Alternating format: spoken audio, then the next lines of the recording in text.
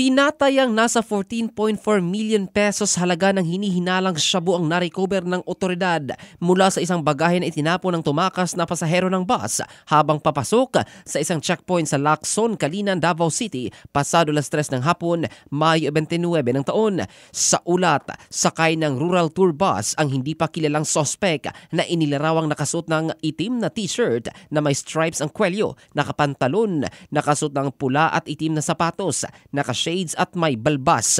Pagsapit umano sa PNP Calinan at Task Force Davao Fixed Checkpoint, pinababa ang mga pasahero. Bilang bahagi ng inspeksyon ay pumunta ang lalaki sa likod ng bus, dala ang isang kahon at doon itinapon saka tumakbo sa talahiban. Nagdulot ng takot at nagulat ang ibang mga pasahero at mga residenteng nakatira malapit sa lugar sa pag-aakalang bomba ang itinapon na mabilis namang inaksyonan ng mga miyembro ng Regional K9 and Explosive Ordnance Unit 11 kasama ang mga tauhan ng Task Force Davao EOD upang masecure ang lugar. Sinubukan namang habulin ng pulisya ang sospek na biglang naglaho.